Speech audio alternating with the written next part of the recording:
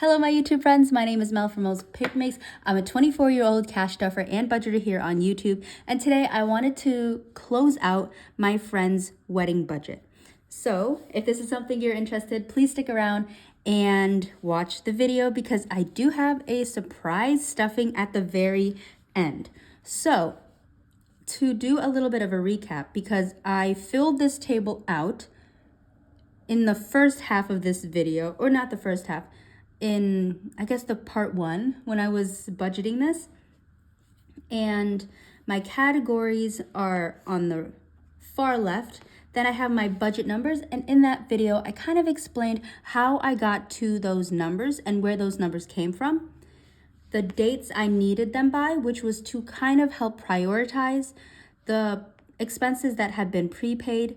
But to totally back up, this was for 4 days. This included a little bit of a bachelorette within it and the celebration after the wedding day itself.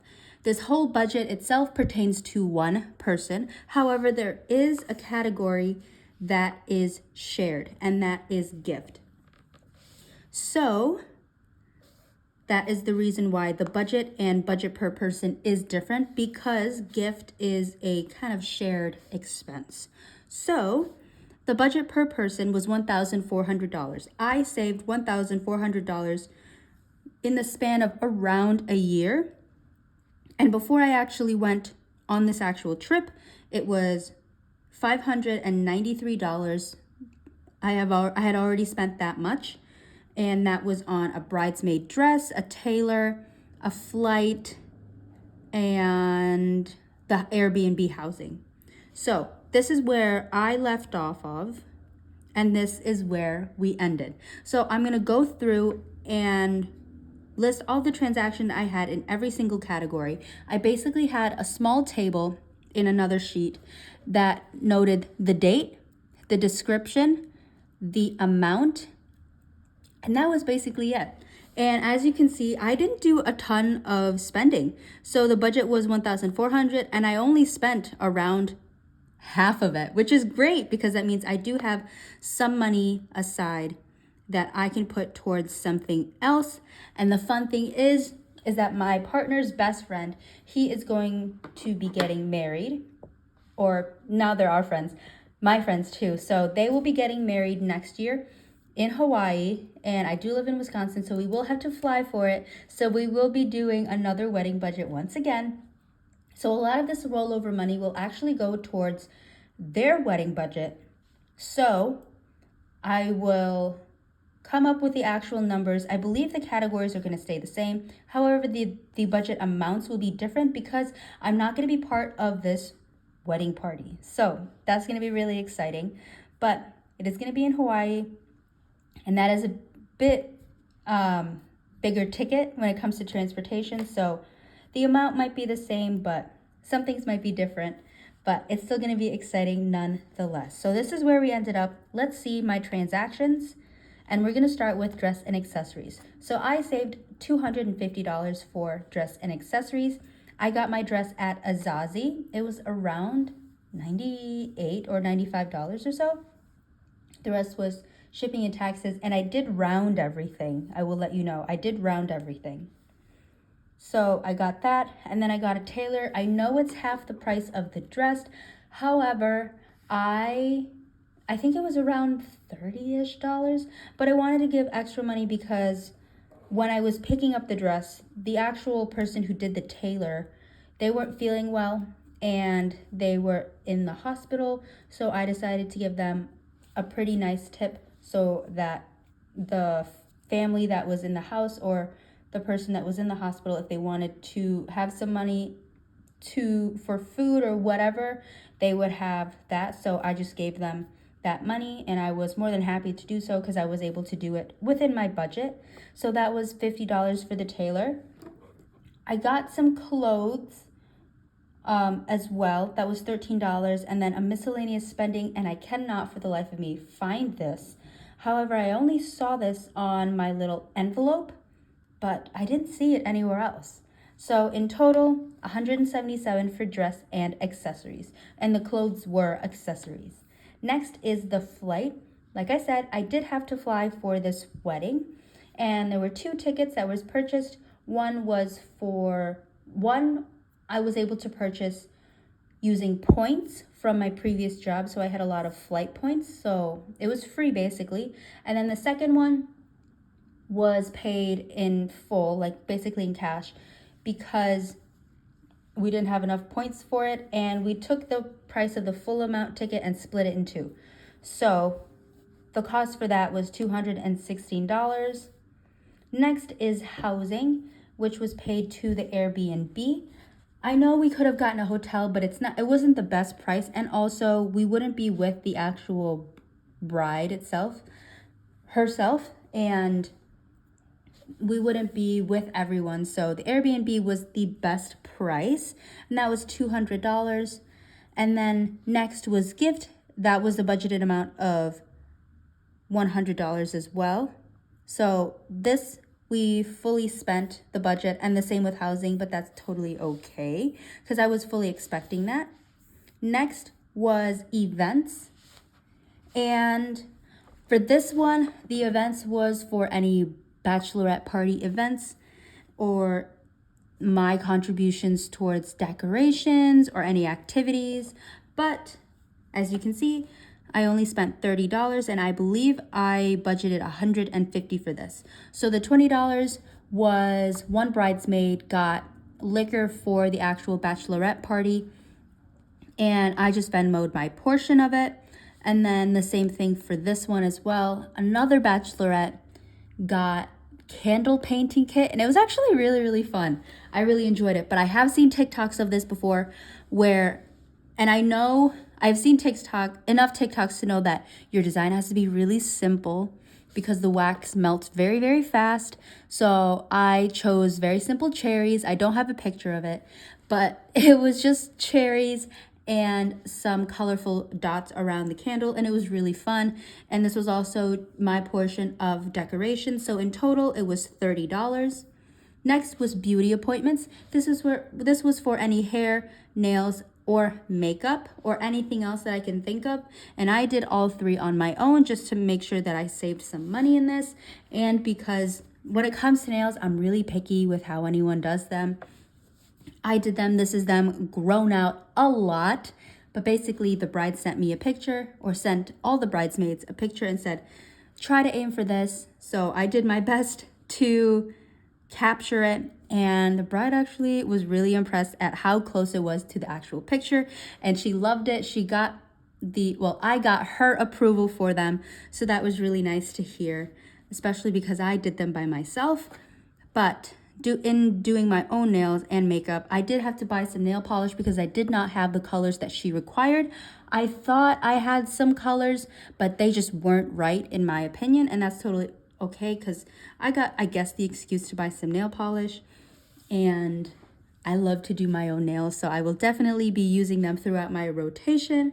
But $16 on nail polish to kind of experiment, and then some stuff for my hair and my nails. Like I said, I did my hair by myself, so got some hair stuff, and I think I got like 1 or 2 like toppers to figure out what nail polish was perfect. And then I think a few days before the actual wedding, my eyebrow pencil ran out, so I got some from CVS, and that was only $3, so that's really nice. The beauty appointments, I budgeted $150, and I only spent $49, which is great. Food and drink, I also budgeted $150, and thankfully at the Airbnb, I totally forgot that the Airbnb was the cost for the actual room itself and for any food that they gave us. And they so thankfully gave us a bunch of food during our stay there. So the only thing that I really paid for was a tip to the bartenders when we were having the actual wedding. So I just gave them a $10 tip at the end of the night. And then finally, miscellaneous. This didn't have any transactions, so nothing was spent there, and I budgeted $150. So now you see my transactions for the wedding itself. I'm going to hide some columns right now just so y'all can see the numbers a little bit better and so that I can zoom in and we can really see these numbers. All right. Okay, I hope this is good enough for y'all. But as you can see, I really spent a good amount. I really enjoyed my time there. It was so nice to catch up with all of my friends and just spend time with each other and celebrate, you know, a different milestone in life. So that was really fun and really exciting. And I'm so glad and thankful to have been there. And as you can see, budgeted $250, I spent a lot less, and that is kind of the same story for all of these categories except housing and gift, where we spent everything that we budgeted for. But in total, I completely underspent. I budgeted $1,400 and I only spent a little over half of it. So I have $668 to put towards something else, and that will be towards my partner's best friend's wedding, or basically our friend's wedding, which will be happening next year. But I will cut now to a bonus cash stuffing of this $668. All right, my friends, here is the binder that housed the funds for my friend's wedding. And I'm going to keep this in here because I'm going to repurpose it for my other friend's wedding. Like I said, my boyfriend's best friend will be having a wedding next year, and I want to save up for that. And I'm loving that I have experience with budgeting for this, so I know how much kind of to save for.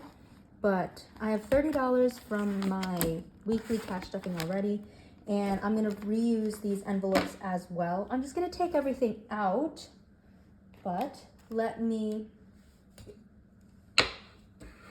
take everything out and count it. Okay, so dress and accessories has $73 left over.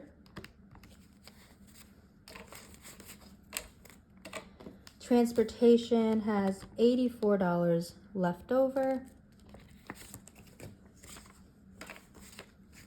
I love that I over budgeted. Housing is empty, gift is empty. Events has 120. Beauty appointments has 101.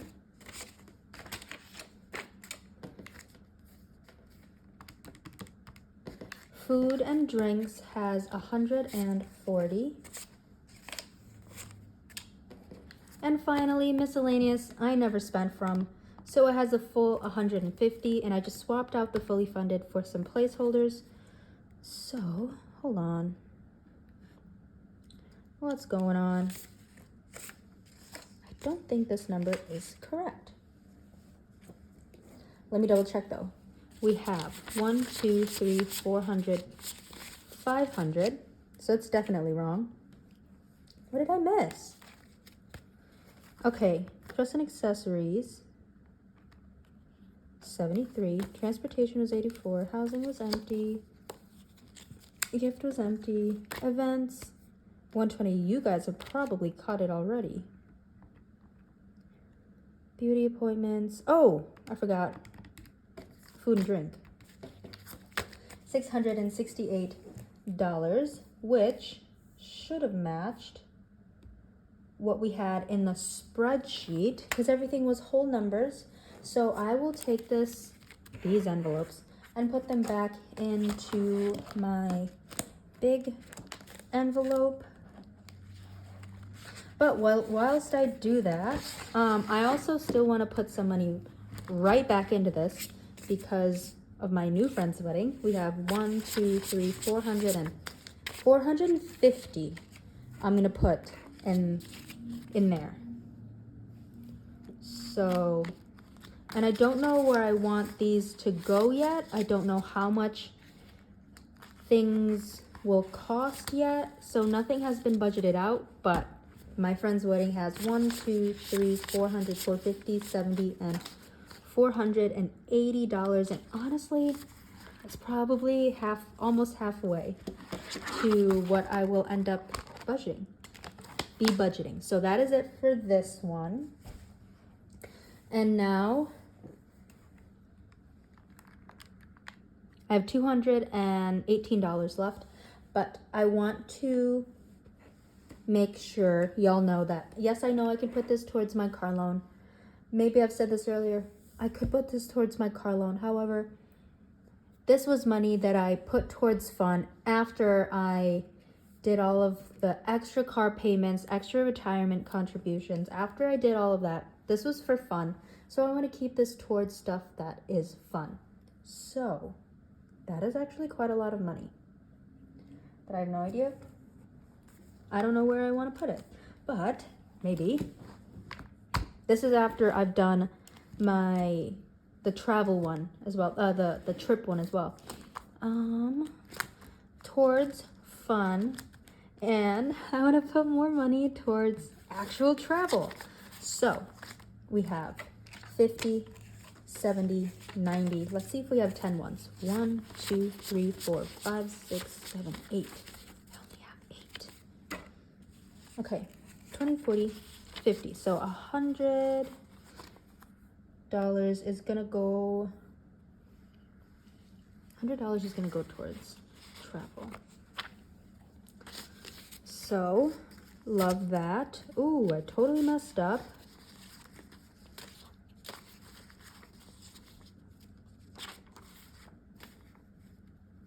Yeah, all right. We have 5, 6, 7, 8, 9, 1,100, 20, 40, 60, 75. $1,175 in travel, which is so crazy to say. Tech, I want to put more money in here as well. I want to put 50 in here. Do I? I think I do.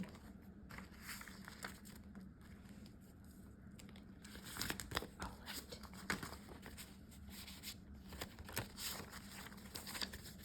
$100, 20, 40, 60, 70, 80, 90, 95, 200. 200 now in tech. Wow, crazy. Okay, that is it for my savings binder. Like I said, this is right after I filmed my trip one, so I want to put some towards my new savings challenges as well. Let's put the 28. The 28 towards these savings challenges. Yeah. And I want to break up a 20? No, I can't do that. I need to break up a 10. Do I? No, that's fine. All right. Okay, so now my savings challenges have 150, 70, 90, 95, 96, 97, 98, 99, 200, 1, 2, and 3. 203, and they are still without a binder. Don't know what that money will go towards, but I now have $20, $30, $40 left, and I want to put it towards my sinking funds. Or do I? I don't know.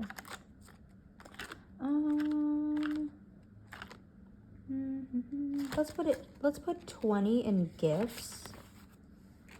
20, 40, 50, 55, and 60. 60 in gifts now. And then, oops, sorry, I'm trying to take note of what I've done. 20 in gifts.